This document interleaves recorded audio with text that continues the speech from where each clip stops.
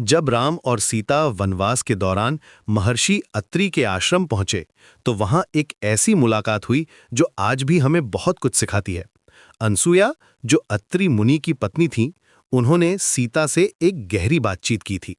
ये बातचीत सिर्फ दो महिलाओं के बीच का संवाद नहीं था, बल्कि ये था एक ऐसा ज्ञान जो सदियों से चला आ रहा था। अनसुया ने सीता को बताया कि इस संसार में चार प्रकार की स्त्रियां होती हैं। पहली होती हैं उत्तम स्त्री, जो अपने मन में, अपने सपनों में भी अपने पति के अलावा किसी और पुरुष के बारे में नहीं सोचती।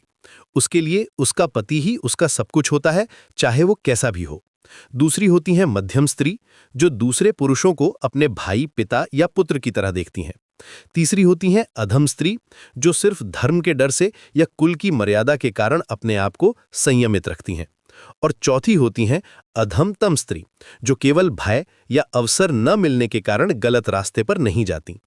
ये वर्गीकरण सुनने में आज के समय में थोड़ा अजीब लग सकती, लेकिन अगर हम इसे उस समय के संदर्भ में देखें तो ये समझ आता है। उस युग में स्त्री का जीवन पूरी तरह से पारिवारिक संरचना के इर्द गिर्द घूमता था।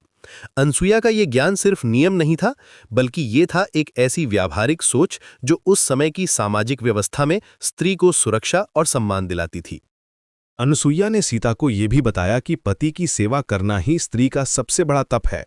उन्होंने कहा कि चाहे पति बूढ़ा हो, बीमार हो, गरीब हो या कैसा भी हो, उसकी सेवा करना ही स्त्री का धर्म है।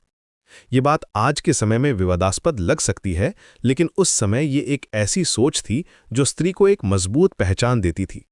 सावित्री और रोहिणी जैसी महान स्त्रियों के उदाहरण देकर अनुसुईया ने समझाया कि कैसे पति की सेवा से स्त्री को स्वर्ग की प्राप्ति होती है। लेकिन यहाँ एक दिलचस्प बात यह है कि अनुसुईया खुद एक ऐसी महिला थीं जो अपनी तपस्या और शक्ति के लिए प्रसिद्ध थीं। जब पूरी पृथ्वी पर अकाल पड़ा था और गंगा सूख गई थी, तो अनुसुईया की तपस्या से ही बारिश हुई थी और गंगा वापस बही थी। ये दिखाता है कि वो सिर्फ एक आज्ञाकारी पत्नी नहीं थीं, बल्कि एक शक्तिशाली तपस्विनी भी थीं। उन्होंने त्रिदेवों को भी अपनी शक्ति से प्रभावित किया था।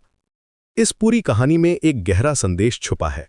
अनुसुईया का ज्ञान सिर्फ स्त्रियों के बारे में नहीं था, बल्कि ये था रिश्तों की गहराई के बारे में।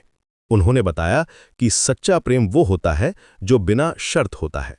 जब हम किसी से सच्चा प्रेम करते हैं तो हम उसकी कमियों को भी स्वीकार करते हैं।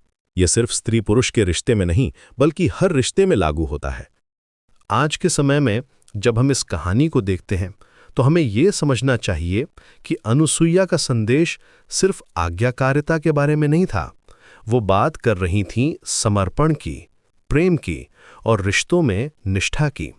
उन्होंने सीता को ये सिखाया कि जीवन में कठिनाइयां आएंगी, लेकिन अगर हमारे रिश्ते मजबूत हैं तो हम हर मुश्किल का सामना कर सकते हैं।